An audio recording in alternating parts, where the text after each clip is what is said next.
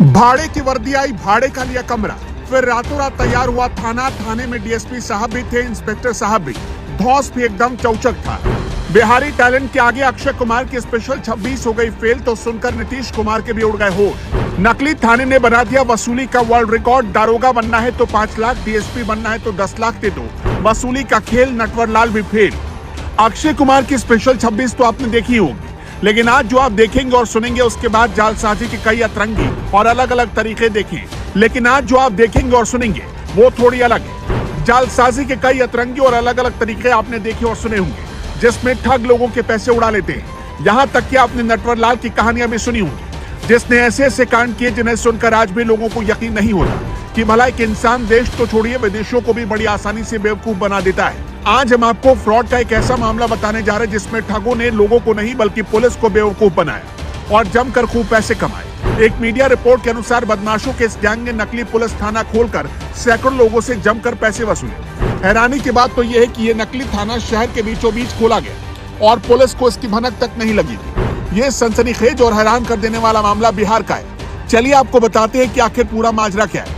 दरअसल कुछ बदमाशों ने बिहार के अंदर एक ऐसा रिकॉर्ड बनाया जिसे तोड़ पाना हर किसी के बस की बात नहीं है। बदमाशों के गैंग ने फर्जी थाना खोलकर वहां पर महिला कांस्टेबल से लेकर पुरुष सिपाही सहित SP, DSP, inspector, sub inspector और तमाम लोगों को फर्जी थाने में तैनात कर दिया। लेकिन ये तो कुछ भी नहीं था। अब जो हम आपको बताने जा रहे हैं उसे सुनने के बाद आपको यकीन नहीं होगा कि ऐसा भी कुछ हो सकता है। असल में थाने में तैनात एक महिला कांस्टेबल को ड्यूटी पर तैनाती के लिए देशी कट्टा थमा दिया गया, जिसे लेकर वो अपनी फर्जी ड्यूटी को बड़े शिद्दत से निभा रही थी। ये महिला कांस्टेबल शहर में घूम घूम कर अपनी ड्यूटी करती थी। इतना ही नहीं, किसी को उस पर किसी तरह का कोई शक न हो इसके लिए वो गश्त के दौरान लोगों को रोककर पूछताछ भी करती थी, उनसे बात करती थी, रोकती टोकती थी और यहाँ तक कि अगर कोई विवाद होता था तो उसे ऑन द स्पॉट खत्म करके पैसा तक लोगों से ले लेती थी। लेकिन कहानी में ट्विस्ट उस दिन आ गया जब ये महिला कांस्टेबल एक असली पुलिस अधिकारी को देखकर पूरे जोश में जय हिंद बोलती है। जय हिंद का जवाब देते हुए इस पुलिस अधिकारी की नजर महिला कांस्टेबल को दिए गए देसी कट्टे पर पड़ती है, जिससे उसे शक होता है कि ये किस थाने से जो देसी कट्टे के साथ लोगों के बीच अपनी ड्यूटी निभा रही है। उस वक्त वो बड़ा अधिकारी महिला कांस्टेबल को कुछ नहीं कहता, लेकिन इसकी जांच करवाता है, जिसके बाद सच्चाई जानकर केवल बिहार ही नहीं पूरे देश के भी होश उड़ जाते हैं, क्योंकि ये कोई असली थाना नहीं बल्कि पूरा का पूरा नकली और फर्जी थाना बनाकर लोगों के बीच उगाही का धंधा चल रहा था।